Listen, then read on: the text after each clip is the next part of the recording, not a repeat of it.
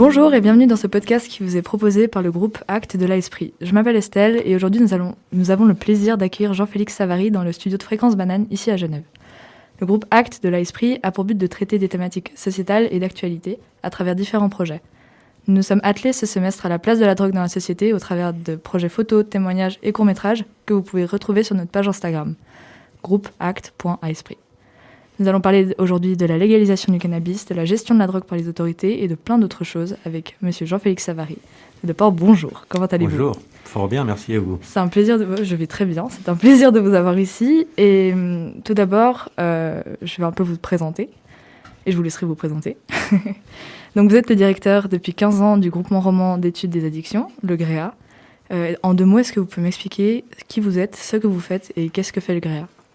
Alors c'est assez simple, le GREA en fait rassemble les personnes qui sont actives dans le milieu des addictions en Suisse romande depuis une 50aine d'années. Donc en fait ce qu'on fait c'est principalement essayer de rendre compte de la vision des personnes qui sont en contact avec les personnes addictes pour la politique et la société. On pourra peut-être le voir tout à l'heure, mais c'est vrai que quand on travaille avec des personnes addictes, on désapprend d'abord, on désapprend ce qu'on a cru savoir, et puis on adopte une autre approche et on voit que beaucoup de choses qu'on fait, en fait, on le fait dans la mauvaise direction. Donc ça, c'est le premier objectif en fait du GREA, c'est de contribuer au débat sociétal sur ces questions. Et puis après, au jour le jour, on fait beaucoup de choses, on fait de la formation, on fait de la recherche, on fait de la coordination, des projets, des choses diverses et variées qu'on peut découvrir sur le site grea.ch d'ailleurs. Très bon site. Magnifique. J'aimerais tout d'abord parler du contexte suisse. On a connu dans les années 90 la politique des 4 piliers que la Suisse a mise en place, qui contient la prévention, la thérapie, la réduction des risques et la répression, en substitution à une répression plus forte. Cette perspective, elle prend pour acquis la consommation de substances potentiellement addictives et nocives à la santé et propose des mesures visant à réduire les dommages pour l'individu et la société. Des initiatives comme le traitement de substitution, la prescription d'héroïne sous contrôle médical, la création de salles de consommation à moindre risque, la distribution de matériel de consommation de substances, etc., découlent de cette politique. Et concernant le cannabis, on sait que la consommation et la vente de CBD sont aujourd'hui légales. Mais est-ce que vous pouvez nous expliquer quelles sont les réglementations en vigueur concernant le cannabis ? Ah, bonne question. Alors bon, peut-être revenir sur ce que vous venez de dire sur la politique des 4 piliers. Donc effectivement, c'était une réponse en urgence à une situation catastrophique des années 80, où on a mis la répression au centre de tout. Depuis les années 70, dans tous les pays occidentaux, enfin pas tous, mais la majorité, on a opté pour cette stratégie de la guerre à la drogue, sur proposition américaine. Et puis cette stratégie, en fait, elle a provoqué des dégâts absolument immenses. Comme le disait Kofi Annan, un ancien secrétaire général des Nations Unies, les drogues ont tué beaucoup de gens, mais les mauvaises politiques drogues en ont tué bien davantage. Et donc effectivement, menant des politiques, entre guillemets, de lutte contre les drogues, en fait, on a finalement eu des politiques de lutte contre les drogués, contre des gens qui déjà étaient en grande précarité, donc on a créé beaucoup de morts. C'est ce qui arrive encore aux États-Unis aujourd'hui. Et puis ensuite, on l'a réduit grâce à la politique des 4 piliers, qui consiste d'abord et avant tout à proposer un accompagnement plutôt médicalisé des personnes en très grande précarité. Donc on a sauvé des vies. Mais on n'a pas encore forcément passé l'épaule sur la question des drogues parce qu'on reste sur une vision très prohibitionniste, malgré tout. Dans la LSTUP, la consommation reste interdite, le trafic bien entendu, et l'objectif de la LSTUP, c'est de réduire la consommation. Donc on est dans une logique un petit peu intermédiaire qui nous a permis de passer certains écueils, mais il reste un chemin tout aussi conséquent devant nous pour arriver à un rapport un peu plus apaisé aux drogues. Et c'est ce qu'on a aujourd'hui sous les yeux avec le cannabis. Il faut aussi rappeler que la politique des 4 piliers, lors de sa conception, elle comprenait disons une certaine tolérance par rapport à la consommation, et notamment de cannabis, avec le projet du Conseil fédéral en 2001. On l'oublie beaucoup, mais c'est Pascal Couchepin, PLR, Conseil fédéral, qui a défendu avec acharnement au Parlement la réglementation du cannabis. Et puis c'était en fait les années Blocher, c'est là où l'UDC est montée, puis donc c'était vraiment un mauvais timing. Et donc ça a capoté. Et depuis, la politique cannabis reste un peu en suspens en Suisse. Alors 2 dates peut-être qui sont importantes. La première, c'est l'adoption du modèle des amendes d'ordre.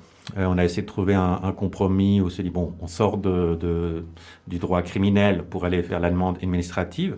Le Parlement a adopté ça en 2013, amende de 100 francs pour la consommation. Et puis, en fait, c'était toujours très compliqué parce que dans la LSTUP, qui est une politique fédéraliste, on a pas mal de marge d'interprétation au canton.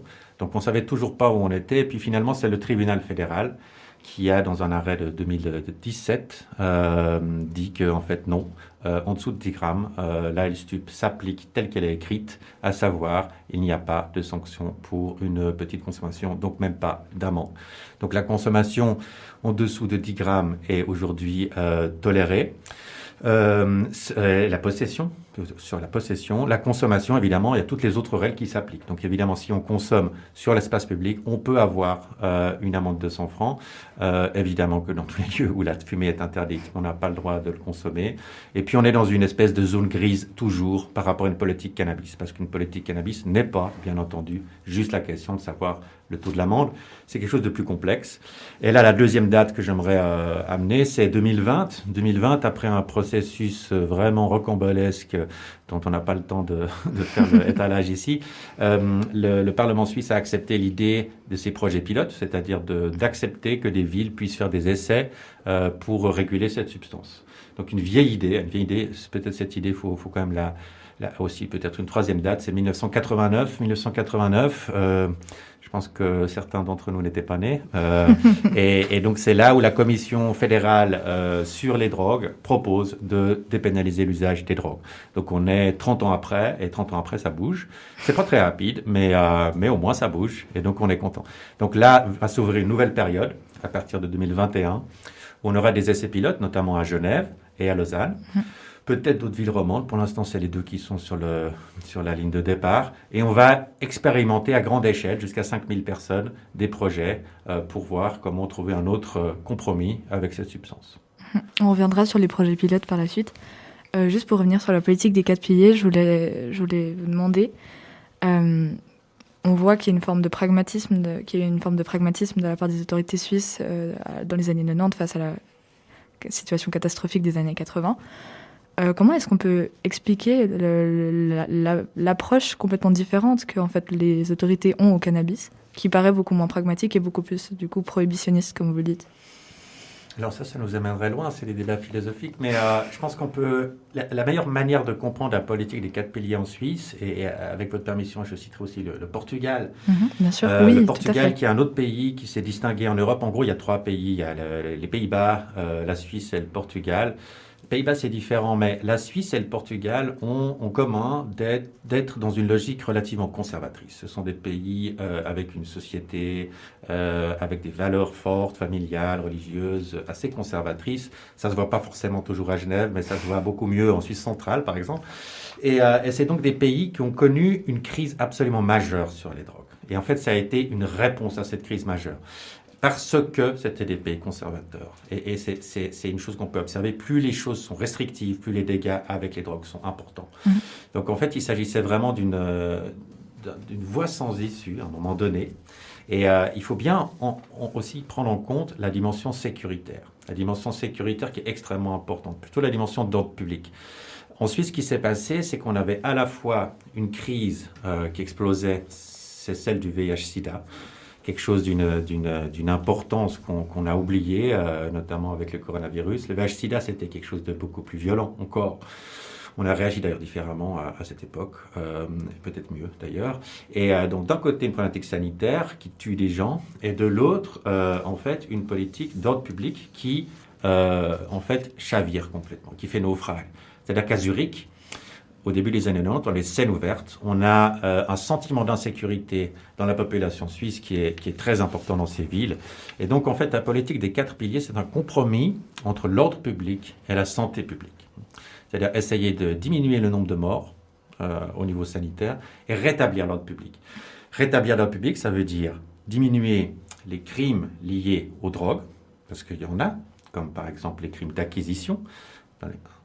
L'héroïne est 250 francs le gramme dans les années 90, donc il faut de l'argent pour se payer sa consommation, beaucoup de cambriolage, beaucoup de choses. Et puis, d'un autre côté, il y a ces scènes ouvertes, et voilà, ça crée cette visibilité. Et donc, c'est un compromis où on ne va pas forcément régler tous les problèmes, on va les cacher et on va les gérer. Avec la prescription d'héroïne, ce qu'on fait, c'est qu'on supprime, et ça c'est quand même un résultat absolument hallucinant, on supprime la criminalité des usagers les plus problématiques. On n'a pratiquement plus de cambriolage de cette frange de la population, plus d'infractions grâce à ce programme d'héroïne. Donc c'est un espèce de compromis avec les usagers. On te donne ta substance, mais tu te tiens tranquille.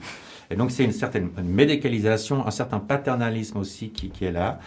Et aujourd'hui, les idées, si vous me permettez de passer déjà aujourd'hui, les idées, elles ont évolué. Et on n'est plus dans ce paternalisme prohibitionniste qui fait des compromis sur un certain groupe très problématique. Maintenant, on a une nouvelle stratégie au niveau fédéral qu'on appelle la stratégie addiction, qui mise beaucoup plus sur les responsabilités individuelles, les choix individuels. Et donc, on doit maintenant passer l'épaule et sortir de cette vision très médicalisée, qui a aussi certains coûts, pour arriver vers d'autres modèles plus communautaires, plus pacifiés. Ce qu'on dit, nous, c'est que après 50 ans de guerre aux drogues, nous, on propose une armistice sur les drogues et puis, si possible, un traité de paix pour faire la paix avec ces drogues. Les guerres, il faut toujours les finir. Aujourd'hui, on est là pour finir cette guerre-là. Voilà. Et donc, ça, c'est probablement ce qu'enclenche les projets pilotes cannabis, qui sont beaucoup plus ambitieux. Le cannabis n'a pas ces dégâts sanitaires qu'on a eus sur l'héroïne, a très peu de problèmes d'ordre public, il faut le dire, à part le deal de rue. Il y a certaines personnes qui sont un peu effrayées de voir des dealers la nuit. Bon, on est désolé pour eux, mais enfin, c'est des gens, à part ça, qui commettent extrêmement peu d'infractions. Ces dealers, ils font peur, mais bon. Et donc, les problèmes ne sont pas là. Les problèmes sont plutôt au niveau de la société. Qu'est-ce qu'on fait? Pourquoi un produit qui peut être dangereux, on le donne aux mafias? Pourquoi on n'a pas de contrôle sur la qualité? Pourquoi on ne fait pas de prévention? Pourquoi, en fait, les consommateurs, ils n'ont aucune information sur ce qu'ils consomment? Pourquoi on a eu cet écart si important qui s'est fait entre les milieux scientifiques, qu'on peut représenter, et puis les consommateurs? Parce qu'on a dit trop de bêtises sur le cannabis. Plus personne ne croit à rien. Et donc, on va regarder sur Internet, on tombe sur n'importe quel forum qui dit n'importe quoi. Et puis, c'est quand même pas tout à fait malin de faire ça, parce que cannabis, ça reste... Enfin, déjà, il y a plusieurs produits dans le cannabis. Il ne faudrait pas parler de cannabis parce qu'on a une centaine de cannabinoïdes, on ne sait pas de quoi on parle. L'alcool, c'est une molécule, mais le cannabis, ça a une centaine de molécules type alcool dedans. Celle dont on parle souvent, c'est le THC. Donc déjà, là, il y a beaucoup de choses à clarifier. Et puis voilà, de pouvoir un petit peu gérer ça. On sait que les gens, pour une partie, aiment le consommer de manière récréative. Pour d'autres, aiment le consommer pour des questions médicales, de douleur thérapeutique. D'autres encore pour des questions d'expérimentation, d'expansion de soi ou n'importe. Donc voilà, on a cette consommation non médicale en dehors du système. Et donc, il faut voir comment on régule ça. C'est ça. Et aujourd'hui, on est justement ce nouvel équilibre avec maintenant les maîtres mots, c'est droits humains. Droits humains, responsabilité individuelle, politique de la ville, coexistence entre des groupes différents, et puis trouver des compromis. Comme on le fait pour la circulation, comme on le fait pour l'immigration, comme on le fait pour... Quoique l'immigration, je ne sais pas si on peut vraiment parler de ça aujourd'hui. Mais en tout cas, c'est des questions qui sont similaires. C'est des questions de politique de la ville, en gros. Parce que les drogues, c'est toujours la ville. C'est là où on a l'anonymat, c'est là où on a le marché, c'est là où se voient les choses. Et donc, c'est une question de coexistence dans l'espace urbain. En gros, c'est ça. Tout à fait. Donc on comprend que le décalage en fait entre la politique des 4 piliers, elle vient aussi de la gravité moindre des effets du cannabis sur les consommateurs que celle de l'héroïne. Oui, alors il y a en fait, c'est oui et non, parce que en fait le cannabis c'est assez bizarre parce que en fait c'est la substance la plus consommée et c'est la substance qui n'a pas fait l'objet d'une mise en œuvre de la politique des 4 piliers. Vous n'avez pas d'espace de consommation de cannabis. Vous n'avez pas de problème de réduction des risques de cannabis.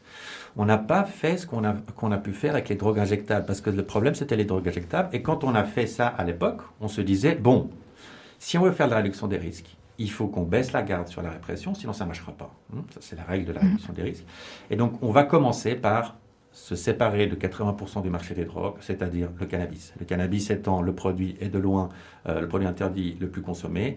Si on enlève ce produit, on réduit de 80% le marché des drogues illégales. Donc on permet de réduire la pression, puis on peut peut-être plus focaliser les choses. Donc c'est une thématique qui est restée un petit peu en friche. Et c'est pour ça qu'elle nous explose à la figure. D'ailleurs, le premier vote pour réglementer le cannabis, c'est 2010 à Zurich. On est à une année après l'acceptation de la LSTUP. Donc dès que la LSTUP est acceptée, Pour des questions politiques, on enlève le cannabis, alors tout le monde est certain qu'il faut faire ça, mais on l'enlève parce que c'est la majorité du peuple. Hein, il faut pas faire peur à certains cantons conservateurs, donc on enlève ça. Et puis donc ça passe. Et juste derrière, les problèmes sont là. Et on se demande, mais pourquoi on ne mettrait pas une taxe sur le cannabis qui permettrait, plutôt que ça aille chez les mafias, qu'on puisse offrir des services qui soient bien. Pourquoi on ne pourrait pas contrôler ça?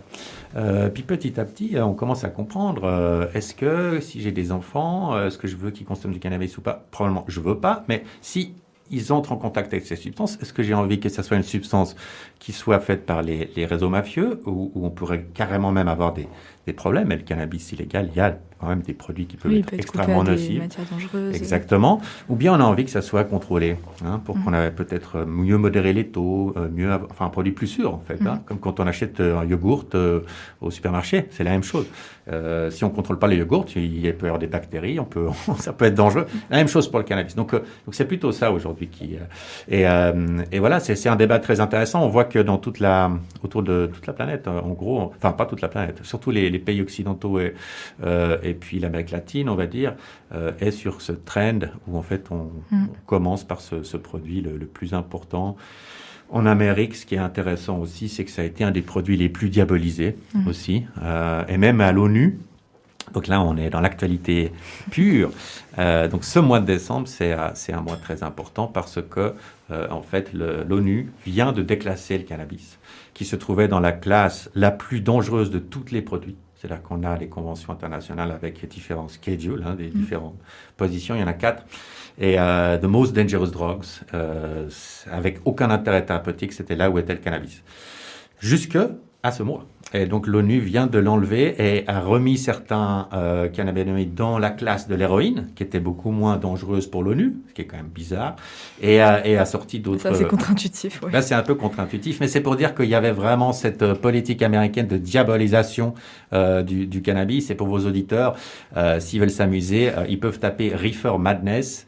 C'est en fait la campagne aux États-Unis dans les années 50 contre le cannabis.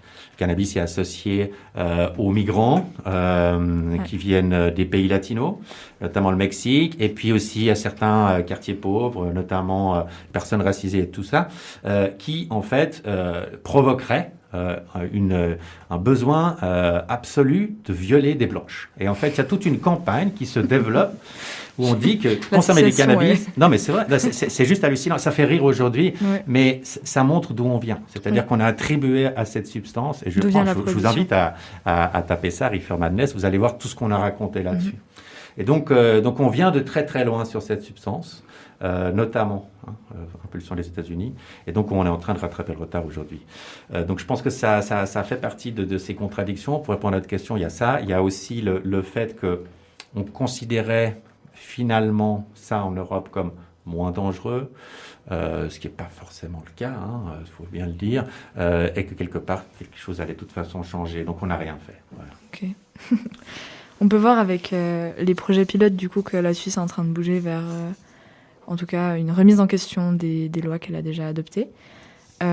Pour être un peu plus clair, est-ce que vous pourriez nous expliquer la différence entre dépénalisation et légalisation, parce que ça a quand même des implications assez différentes, et vers quoi la Suisse tend avec ses projets pilotes? Alors merci, c'est très important. Donc la dépénalisation, c'est assez simple. Il s'agit d'arrêter de pénaliser les consommateurs.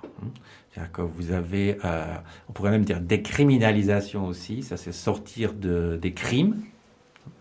Donc ça c'est la première étape qu'on a franchie déjà pour le cannabis. Et dépénalisation, c'est arrêter de punir les gens. Donc ça c'est sur les consommateurs, c'est sur l'offre.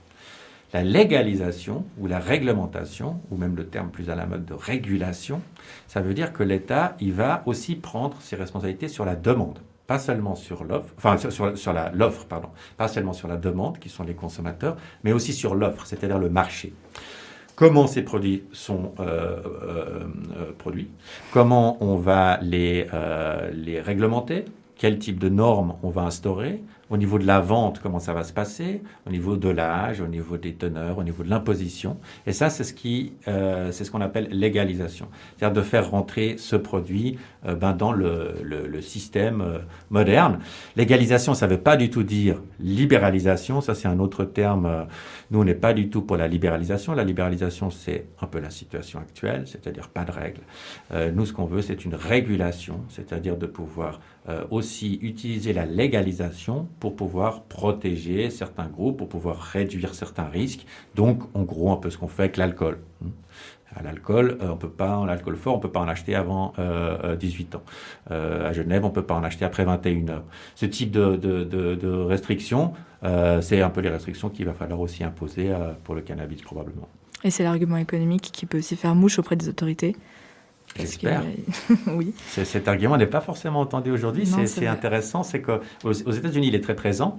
Mais en Europe, on a encore un peu de gêne de se dire qu'on va faire de l'argent avec les drogues. Et c'était aussi un débat qu'on avait avec l'alcool. Si on regarde les débats au début du XXe siècle sur l'alcool, c'est à peu près la même chose. En fait, on a des fois une impression qu'on a en face de soi un produit un peu diabolique, quelque chose de mal et moralement très critiquable, et que, en fait, ça serait un péché de pouvoir faire de l'argent là-dessus. Alors que c'est une logique complètement stupide. La politique drogue illégale en Suisse, elle coûte de l'argent. Pourquoi demander aux citoyens lambda de payer tout ça, alors qu'en fait, on pourrait faire comme sur d'autres choses, comme l'alcool notamment. L'alcool, il y a une taxe qui est reversée en partie pour faire la prévention alcool. Et puis voilà, c'est peut-être plus moderne, c'est plus cohérent par rapport à la politique fiscale de la Suisse. Et c'est vrai que si on regarde la doxa en matière de fiscalité en Suisse, dans les addictions, c'est absolument l'inverse. C'est ça on est sur ce sujet. Il y a des propositions qui sont en travail pour aller un petit peu de l'avant avec ça. Mais j'espère que ça va être entendu parce qu'il n'y a aucune honte à parler d'argent. Je crois qu'il faut le dire. Nous, on veut pouvoir faire des programmes d'information, de prévention. On veut pouvoir des accès contrôlés et pas de problème de financer ça avec une taxe. On le fait pour la voiture, on le fait pour plein de choses. Tout à fait. Et c'est hypocrite de fermer les yeux en prétendant que ça n'existe pas et du coup ne pas faire d'argent dessus. C'est ça. Très bien. Du coup, on comprend avec ce que vous dites que la légalisation, c'est une volonté d'éradiquer le marché noir et qu'il devienne du coup aux mains de l'État. Imaginons maintenant que la Suisse légalise la consommation et la possession de cannabis. Quels changements pourrions-nous observer dans la société à votre avis au niveau des barrières qui peuvent exister pour la consommation? Est-ce que vous travaillez avec le GREA sur imaginer la société après une possible légalisation? Alors, je crois qu'il faut être humble par rapport à ça. Évidemment qu'on y travaille, évidemment qu'il y a beaucoup de gens qui ont des théories extrêmement intéressantes, on fait des projections, mais bon, on n'en sait rien. C'est vrai qu'on n'en sait rien, parce que c'est demain, et aujourd'hui c'est aujourd'hui. Donc c'est la logique d'ailleurs des essais pilotes, c'est qu'on se dit, tiens, on n'y connaît rien, on va essayer avec des tests, et puis on verra si ça marche ou pas. C'est ce qu'on a fait avec la politique des 4 piliers au début, les premiers espaces de consommation. On a fait comme ça. La prescription d'héroïne aussi, c'était des projets pilotes. On a vu que ça marchait extrêmement bien, donc on les a maintenus. Mais si on regarde avec les autres pays qui ont déjà pratiqué la légalisation, ce qu'on peut observer, c'est intéressant. Premièrement, on n'a pas de modification globale de la consommation, mais on a des modifications dans certains groupes. Et c'est intéressant parce qu'on a moins de problèmes chez les plus problématiques, moins de consommation très jeune. On a aussi moins de problèmes avec des autres drogues. Ça, c'est un truc aux États-Unis, c'est assez fou. C'est-à-dire les États qui ont réglementé le cannabis subissent moins fort la crise des overdoses, par exemple. Ouais, la crise des opioïdes qui sévit vraiment fort. Exactement. On appelle crise des overdoses parce que c'est pas forcément le produit qui est responsable, c'est la politique. Tout à fait. Donc le problème, c'est vraiment les overdoses. Et puis, par contre, il y a d'autres groupes qui voient une légère augmentation de leur consommation. Vous pensez que c'est quel groupe ? Qui c'est qui va augmenter sa consommation ? Je dirais la classe moyenne supérieure qui a peut-être peur d'aller acheter sa consommation, etc. Les 40-70 ans intégrés socialement. Et en fait, là, il y a tout un nouveau marché qui effectivement pourrait augmenter légèrement et compensé par d'autres marchés qui diminuent. Donc, quelque part, les usages les moins problématiques pourraient augmenter un peu et puis les plus problématiques pourraient être mieux prises en charge et mieux aiguillées ailleurs. Donc c'est ça qu'on attend. Après, ce qu'on attend aussi, et ça c'est quelque chose, encore une fois, très très fort, qui se voit fort aussi aux États-Unis, c'est la question des discriminations, notamment les discriminations raciales ou tout type de discrimination. La politique drogue a été beaucoup utilisée pour discriminer certains types de groupes, notamment aux États-Unis. Les personnes, les quartiers noirs notamment, ont été vraiment ciblés par la police et la répression. C'est le cas aussi un peu en France, d'ailleurs. En France, on a l'interdiction d'avoir des statistiques là-dessus. Donc, mais quand on va dans une prison française, on voit tout de suite de quoi on parle, comme dans une prison américaine. Donc, en fait, effectivement, un meilleur respect des droits. On enlève un petit peu des pouvoirs d'investigation extrêmement forts qu'on met aux mains de la police de façon discrétionnaire pour en fait gérer ça avec d'autres moyens. Et du coup, on aura moins la politique pénale qui s'abat sur des groupes marginalisés. Aux États-Unis, on a à peu près 20 fois plus de chances de finir en prison si on est noir que si on est blanc pour drogue. Alors que les études montrent quand même que les Blancs, tendanciellement, en consommeraient un peu plus. Et notamment dans les universités américaines. Ça, s'il y a C'est des statistiques qui fâchent. Non, c'est des statistiques qui sont réelles et qui sont là depuis des décennies. Et il faut juste ouvrir les yeux et puis voilà. Donc pourquoi, en fait, cette répression s'abat toujours sur les quartiers pauvres? En fait, c'est un petit peu ça la question. Et les grandes critiques des politiques drogue aujourd'hui au niveau mondial, elles sont beaucoup sur ces aspects-là. Aux États-Unis, c'est beaucoup des questions de droits humains. Tous les avocats... pour les droits humains, le Black Caucus aux États-Unis, tous ces mouvements pour les droits civiques se sont très fortement mobilisés contre les discriminations en identifiant la politique drogue comme étant le principal vecteur de discrimination par rapport à la justice. Tout à fait. On a souvent tendance à penser aux problèmes de drogue en termes d'addiction et de problèmes de santé publique, mais pas l'aspect global qu'il y a au niveau des discriminations, des lois et des problèmes de racisme en fait qui sont vraiment profonds, surtout dans la société américaine. Je pense que ça peut être encore plus... Et qui sont peut-être pas absents de notre société. Non. Clairement, mais qui sont documentés et qui sont peut-être plus visibles aujourd'hui aux États-Unis. Voilà. Mais disons, dans des prisons suisses, vous aurez aussi un certain déséquilibre par rapport à ça, alors que les enquêtes épidémiologiques qu'on fait, elles montrent, comme aux États-Unis, que c'est pas forcément dans les quartiers pauvres qu'on consomme le plus. Peut-être vous avez vu que ce ranking des 10 villes du monde qui consomment le plus de cocaïne. Zurich dedans ? Voilà, Zurich, Saint-Gall, avec la prestigieuse école d'économie. Tout à fait. Il y a eu Saint-Maurice qui était dans le classement qui est ressorti, je crois, la 3e, là elle me sort de la tête. Mais c'est effectivement des endroits où il y a une consommation de cocaïne assez importante. Et c'est pas les quartiers pauvres, non. C'est sûr. Tout à fait. Donc comme on le voit, les choses bougent en Suisse, mais aussi à l'international, avec au mois de novembre l'État américain de l'Oregon qui a décidé de dépénaliser l'utilisation des drogues dures, décidant de traiter plutôt que de criminaliser la consommation de drogue, du coup comme on en a parlé.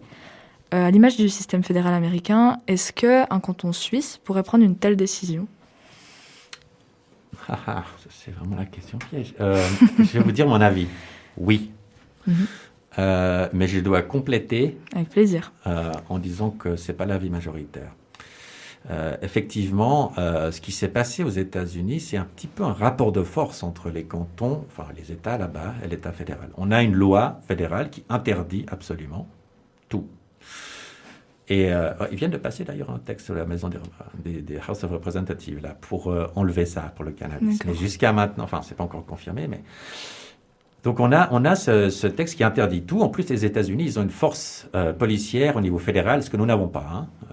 Donc ils pourraient intervenir directement dans les États, mais ils ne l'ont pas fait. Ça, c'est la sagesse de Barack Obama et surtout de son ministre de la Justice, Eric Holder, qui est un grand monsieur, qui a vraiment été très très malin. Il a, après le vote du Colorado, il a émis une circulaire à l'intention des procureurs en disant « Écoutez, c'est un vote populaire, la loi au niveau fédéral, elle ne change pas, mais on va attendre et on va laisser voir. On va laisser venir.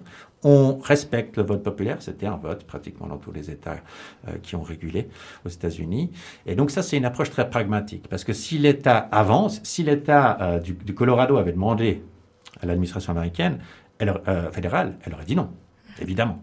Mais le fait d'avancer tout seul, peut-être qu'après, il y a un rapport de force qui s'installe et peut-être après, la Confédération dit oui. C'est ce qui s'est passé pour la politique des 4 piliers.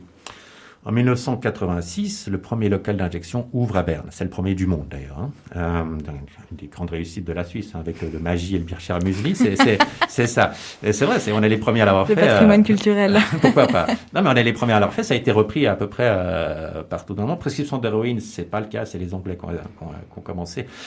Mais là, on peut quand même le dire, petit cocorico. Et puis, et à ce moment-là, c'était interdit au niveau de la législation. Et en fait, il y a eu un rapport de force. Il y a même d'abord eu un rapport de force entre la ville de Berne et le canton de Berne. Et on avait des gens courageux. Ils ont poussé, ils ont dit, mais non, nous, on fait quand même. Et puis, petit à petit, ces compromis sont nés. Donc, peut-être, et nous, c'est ce qu'on a pu dire aussi à certains moments, il faut des fois faire preuve de courage. Et puis, on peut avancer tout seul. Les tensions fédéralistes, elles ne sont pas toujours mauvaises. Il faut prendre en compte les différentes parties du pays. Voilà. Il faut gérer le loup. Le loup, on voit peut-être pas la même manière partout. Les drogues, peut-être c'est la même chose. Et peut-être qu'il faut laisser un peu de marge. On voit que c'est toujours des questions difficiles. Le loup, il y a eu la votation dernièrement. C'était pas facile non plus. Puis la solution, bon, je sais pas. C'est des questions complexes. Mais en tout cas, à un certain moment, il faut savoir poser sur la table ce qu'on a à dire. Je pense que les chasseurs l'ont bien fait pour le loup. Et donc, on peut aussi le faire pour les villes suisses quand il s'agit de drogue. Là, on a eu peut-être pas le courage, et puis donc on est plutôt sur un processus long, consensuel, qui correspond d'ailleurs assez bien au profil de notre conseiller fédéral, M. Berset, mais qui aussi n'est pas... traite cette question avec une certaine sensibilité aussi. Et là, je voudrais dire aussi voilà, c'est le chemin du milieu, et c'est intéressant de pouvoir aussi suivre cette politique un peu moins dans la confrontation. On espère que ça va donner des beaux succès. Il faut juste être patient. Tout à fait. Il y a une forme d'opposition entre les centres urbains et les parties rurales de la Suisse sur ce sujet. Vous observez ça? Très clairement. En fait, on décrit des fois la politique drogue comme une question gauche-droite, mais absolument pas. Ça, c'est juste des gens qui regardent pas la politique. Il y a plusieurs axes dans la politique suisse. Il y a gauche-droite, bien sûr, mais il y a un autre axe extrêmement important, c'est libéral-conservateur. C'est en fait ce qu'on a hérité du Sonderbund. Vous connaissez votre histoire, 1847-48, Général Dufour, tout ça. Donc c'est les villes qui veulent imposer le radicalisme et le centralisme contre les cantons ruraux catholiques. Et donc, on a toujours ce clivage en Suisse. On a toujours ce clivage. Les cantons plus périphériques, qui sont plus conservateurs, plus proches de l'Église catholique, aussi plus à mettre en avant des valeurs familiales, des fois aussi plus de solidarité d'ailleurs. Et puis, les cantons urbains d'obédience protestante ou calviniste, modernes, dans les centres urbains, où en fait, on veut d'abord générer des ressources économiques. On veut d'abord promouvoir un agenda libéral. Et effectivement, par rapport à la question des drogues, ce fossé est absolument gigantesque. Et c'est d'ailleurs reflété par la politique des 4 piliers qui est justement très fédéraliste. Les villes, Zurich, Berne, Bâle, Genève, aussi comme Lausanne ou d'autres villes, en fait, c'est par nature le marché des drogues. Tous les problèmes de drogue vont arriver dans les villes, parce qu'on a, comme je disais tout à l'heure, l'anonymat et le marché. Donc c'est plus prégnant, c'est aussi beaucoup plus ennuyeux quand on veut attirer des riches contribuables, d'avoir des scènes de drogue partout et des gens qui font des overdoses dans la cave de jolies demeures. Ça la fout mal, ouais. Mais c'est ça. Mais il faut voir, c'est vraiment ça se joue à ce niveau-là. Ouais. Et c'est ce qui s'est passé aussi avec la politique 4 piliers, c'est qu'on a rassuré la politique de la ville. Et en fait, quelque part, le bon bourgeois, si on veut bien, en disant, il y aura moins de problèmes. Si on gère les choses, il y aura moins de problèmes. Et donc, du coup, les villes suisses se sont complètement mises derrière la politique des 4 piliers, la réduction des risques, alors que les cantons conservateurs sont encore très réticents. Alors, si vous voyez où il y a des espaces de consommation, c'est seulement dans les grandes villes. Et puis, la prescription d'héroïne aussi. Après, il y a certaines exceptions, mais ce fossé est vraiment là. Ce qui est intéressant, c'est qu'on le retrouve sur l'alcool dans l'autre sens, avec une hostilité complète à toute mesure de prévention alcool dans ces mêmes cantons qui font la guerre à la drogue, et puis plus de volonté de réguler l'alcool dans les grandes villes. Donc on a et donc on a dans les villes autant des gens de droite que de gauche, et dans les cantons plus périphériques autant aussi de droite et de gauche qui vont s'opposer ou supporter ces projets. Est-ce que vous pensez que les projets pilotes, du coup, vont pouvoir faire bouger un peu ces lignes ? Alors, on espère. Alors, avec les projets pilotes, on s'adresse, si vous permettez, au cortex préfrontal, c'est-à-dire à la partie rationnelle de notre cerveau. On va faire ces projets, on va les mesurer, on va mettre beaucoup de ressources pour l'évaluation. Donc, on va avoir des résultats, comme on l'a fait avec la prescription d'héroïne. Peut-être que ça saura convaincre les gens, mais il y a des aspects, des fois, un peu plus identitaires, plus culturels, qui, eux, demandent peut-être un autre travail. Est-ce qu'on veut vraiment une société où plusieurs psychotropes sont tolérés? Il faut reconnaître que l'anthropologie nous l'a appris, sur les dizaines de milliers de sociétés qu'on connaît, en fait, elles fonctionnent toutes, à une ou deux exceptions près, avec un psychotrope de prédilection. Et c'est celui-là, c'est tout. Le cannabis en Afrique du Nord, la feuille de coca dans les Andes, des champignons dans les forêts amazoniennes, plusieurs choses comme ça. Et chez nous, l'alcool. Et c'est l'alcool. Et d'ailleurs, quand le tabac est arrivé en Europe, la réaction était comme les drogues. C'était la peine de mort dans l'Empire ottoman pour consommation de tabac au XVIe siècle, quand le tabac arrive d'Amérique. On ne savait pas encore que ça provoquait le cancer, mais peine de mort quand même. Et donc ça dit quelque chose sur le rapport qu'on entretient avec ces substances. Ce sont des substances qui ne sont pas que des produits de consommation. Elles s'intègrent dans une représentation culturelle et d'ailleurs et aussi religieuse. Et ça, c'est là où on voit que ça va assez loin. C'est-à-dire dans les différents rites religieux, chamaniques, avec certains types, la datura, ces genres de trucs, ou la feuille de coca, peut-être aussi d'autres, Rastafari, tout plein d'exemples qu'on peut avoir. Puis chez nous, on a ce petit reste de la Sainte Seine, de la communion. Dans les églises, on boit de l'alcool. Tout à fait. Pardon, je m'attendais pas.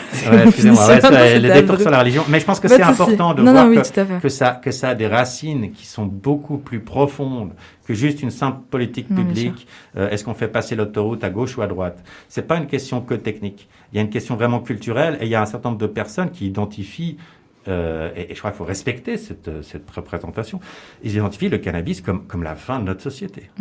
Et donc, il faut, avec ces personnes qui ont une peur de ces substances, trouver un modèle qui convient à tous. C'est ça le but. C'est pas d'enfoncer son point et puis d'imposer une certaine vision.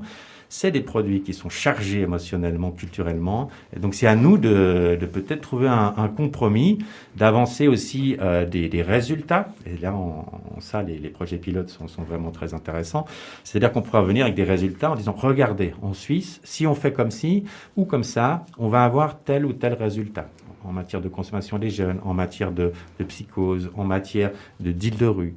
Et ça, probablement que si on peut démontrer que le deal de rue, par exemple, peut disparaître, je suis sûr qu'il y a plusieurs personnes à Genève qui seront très heureuses. Tout à fait. Et on peut voir aussi, par exemple, il y avait certains élus UDC, je crois, du Conseil national, qui, en réaction au projet pilote, ont dit que cet argent devrait plutôt aller dans des actions de prévention. Donc on peut voir que la charge émotionnelle et justement le côté prohibitionniste, il est présent et ça va un peu sur deux lignes en fait. Du coup, c'est les projets pilotes face à la prévention alors que ça devrait aller ensemble, je trouve. Je sais pas ce que vous en pensez. Mais là, je peux vous dire juste que ça, c'est un autre exemple et qui est magnifique. Quel argent? La Confédération ne met pas d'argent dans les projets pilotes. Donc, en fait, on peut dire n'importe quoi quand on parle de cannabis. On peut dire n'importe quoi. C'est-à-dire que la Confédération a décidé on ne met pas un franc. Donc là, c'est les parlementaires fédéraux qui disent « mettons cet argent ». Mais on ne met pas d'argent. Alors, de quoi vous parlez? Et en fait, les projets pilotes, c'est que des coûts, vu qu'on n'a pas de fiscalité. Donc, on pourra effectivement avoir une politique fiscale beaucoup plus responsable une fois qu'on aura mis en place une autre politique. Tout à fait. Je vous propose de changer un peu de perspective maintenant et de parler un peu plus de l'aspect de l'addiction, qui évidemment est un des domaines de l'étude du GREA. Mais aussi, c'est un point central quand on parle de légalisation, de dépénalisation, parce que c'est une des craintes qui émerge avec cette idée que la société va devenir addict à toutes les drogues et que c'est la fin d'une ère. Et j'aimerais du coup vous poser une question d'apparence assez simple, mais quelle est la limite entre l'addiction et la prise récréative de cannabis ou d'autres substances psychotropes? Ça, c'est la question qui tue aussi. Je les ai toutes faites. Ah, non, il y en a encore quelques-unes, ne vous en faites pas. Mais la réponse, elle est subjective. C'est-à-dire que le seuil qu'on donne à l'addiction, c'est une définition médicale qu'on va baser souvent sur le catalogue des maladies psychiatriques américaines. Il change. Là, on a la 5e version. En gros, en 2013, on a passé de la version 4 à la version 5. On a augmenté de 60% les personnes addictes dans le monde, juste parce qu'on a changé le curseur. Parce qu'en fait, si vous n'avez pas de groupe, ça, c'est une vision qu'il faut complètement abandonner. Les gens qui n'ont pas de problème et les gens qui ont des problèmes. C'est pas vrai. On est tous des êtres humains. Donc, on a plus ou moins de problèmes. C'est ça. Et on est plus ou moins addict. Avec l'alcool, c'est la même chose. Et donc, on a effectivement des gens qui sont très addicts, des gens qui sont un peu addicts, des gens qui sont moins addicts, des gens qui sont un petit peu addicts, des gens qui sont carrément, pratiquement pas du tout addicts, ou voire pas du tout. Mais on a ce continuum. D'ailleurs, par exemple, petit clin d'œil, on fait la campagne Dry January le mois prochain. C'est que l'alcool, c'est un peu pour se tester par rapport à ça. Puis, en fait, chaque personne qui le fait se dit « Ah, tiens, l'alcool, quand même, c'est vrai. Moi, je m'en passe quand je veux, mais quand même, un mois, c'est long. 31 jours, janvier, quand même. Et donc, c'est là, on prend conscience que ce rapport n'est pas simple et c'est pour ça qu'il faut le gérer.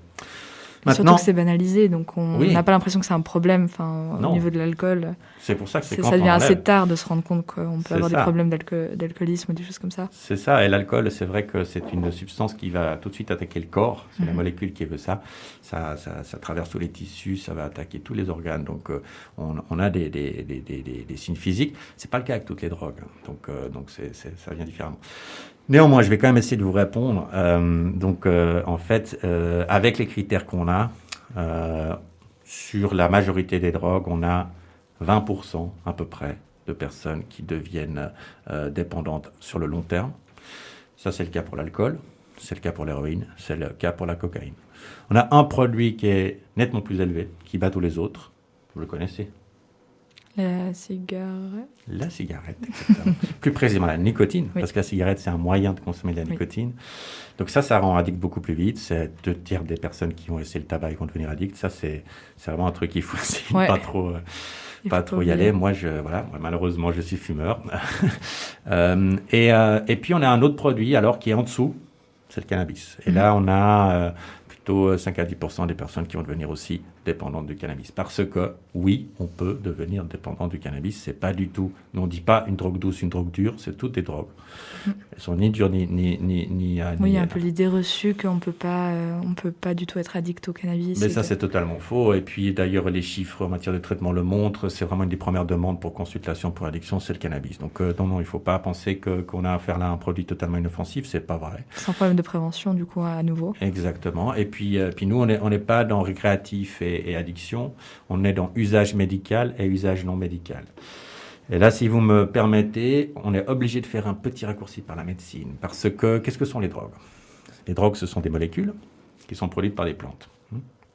Pourquoi on a choisi ces molécules ? Depuis les temps ancestraux, depuis les hommes des cavernes, un certain nombre de substances. L'héroïne, l'opium, l'héroïne, c'est un dérivé de l'opium qu'on a produit au XXe siècle, mais en gros, c'est l'opium. Il y a ça dans la tombe de tous les pharaons. Tous les pharaons, leur petit pot d'opium. C'est quelque chose que consommait journalièrement la reine Victoria, la grande reine Victoria de l'Empire, parce que elle avait certaines douleurs, elle prenait de l'héroïne. Donc en fait, les drogues, c'est d'abord des médicaments. Et c'est comme ça qu'on les a utilisés depuis toujours, et c'est comme ça qu'on les utilise encore aujourd'hui. Les opioïdes aux États-Unis, c'est des médicaments. C'est parce qu'on a beaucoup trop vendu de médicaments opioïdes, qui ressemblent à l'héroïne, qu'on a rendu tous les gens dépendants. Donc les drogues ont 2 registres. Elles ont le registre médical thérapeutique et le registre autre. Alors on dit toujours récréatif, parce que comme ça, quelque part, oui, c'est pas bien, parce que les gens veulent s'amuser, c'est pas bien. Mais il y a plein d'autres usages des drogues qui sont pas forcément récréatifs. On parlait de la religion tout à l'heure, on peut parler aussi de certains types d'expériences. On peut penser aux drogues hallucinogènes ou autres. Par exemple, Steve Jobs, je crois que dans son livre, il dit que s'il n'avait pas testé le LSD, il n'aurait pas inventé le Mac. On voit qu'à la Silicon Valley, maintenant, on fait du microdosing d'LSD pour augmenter la productivité et l'imagination des collaborateurs. Donc on voit pas au courant, c'est impressionnant. Oui, on sait que les cyclistes avant c'était le pot belge. Dans le pot belge, il y a de l'héroïne, de la cocaïne. Ça a augmenté les performances sportives.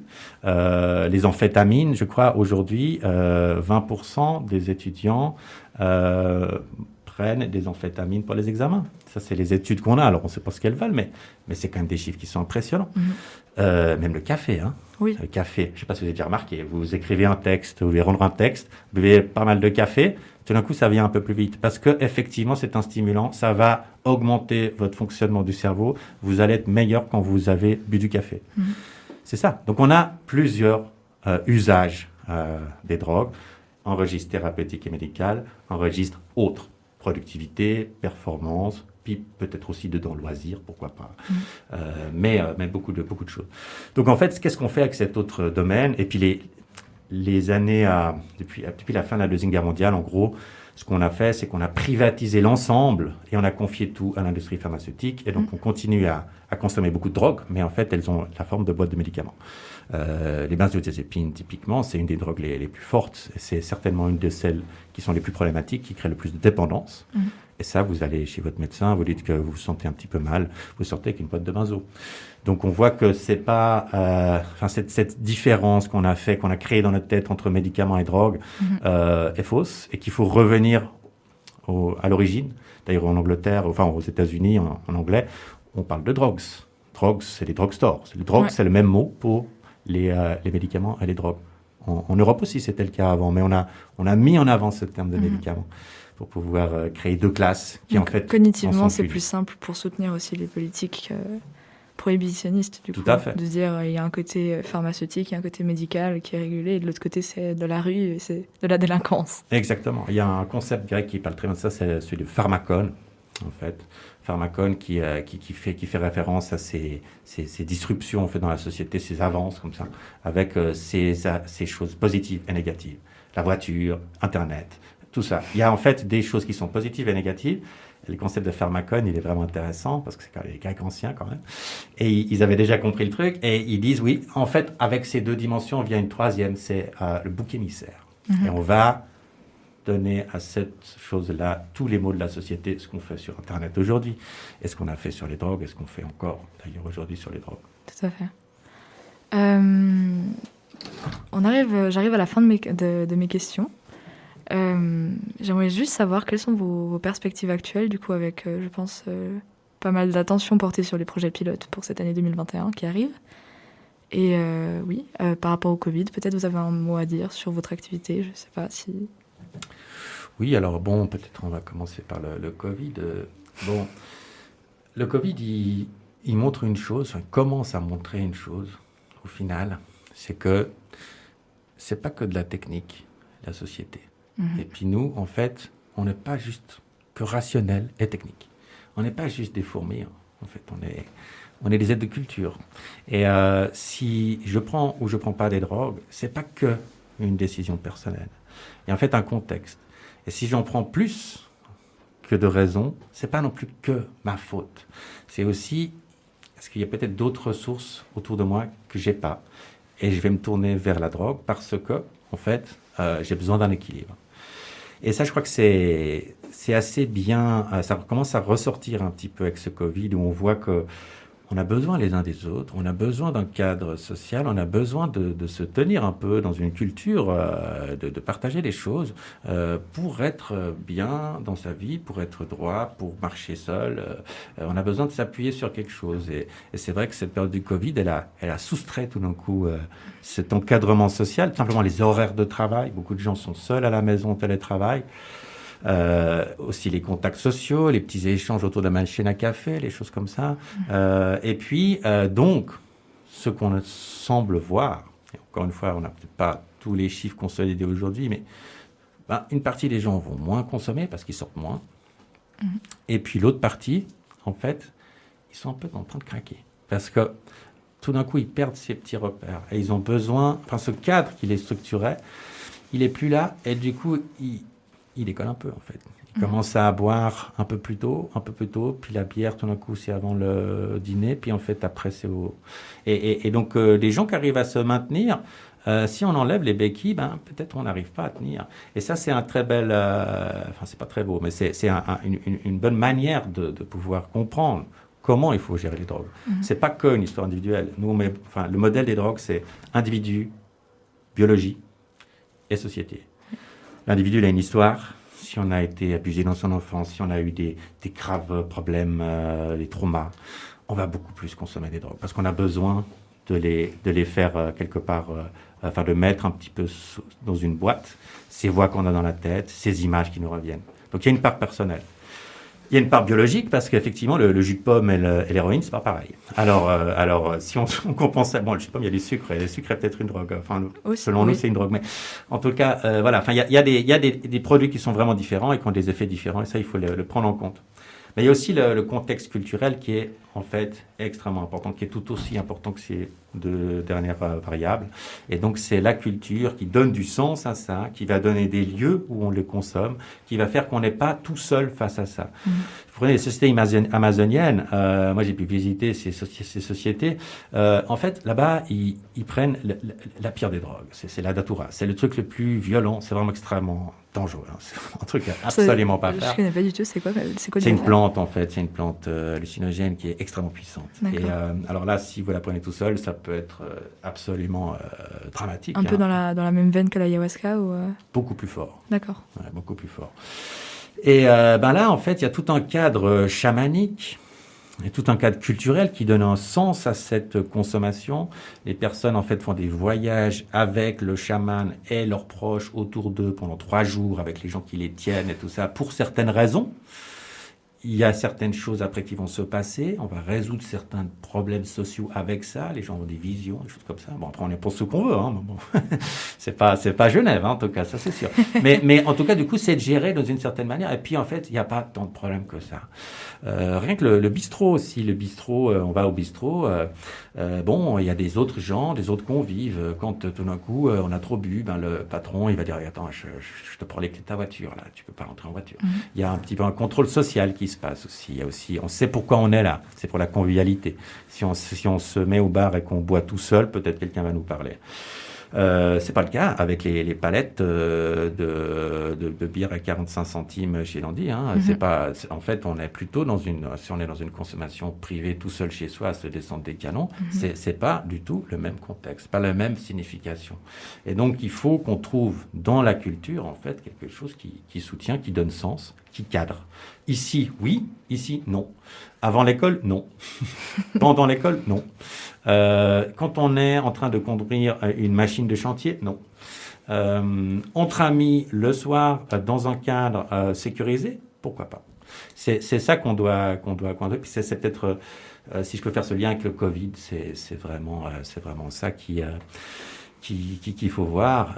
Les questions de santé mentale ne sont pas des questions individuelles, ne sont pas des problématiques individuelles, ce sont des questions sociales. J'aimerais citer peut-être une autre expérience.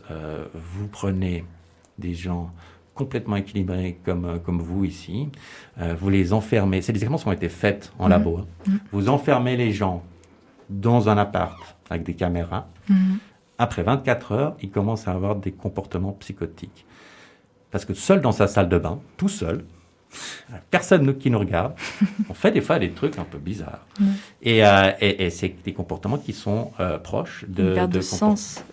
Voilà, c'est qu'on a besoin de... On a tous ces milliards de neurones qui fonctionnent dans tous les sens, on a besoin de les cadrer un peu. Et on doit faire ça en société. L'être humain est un être social.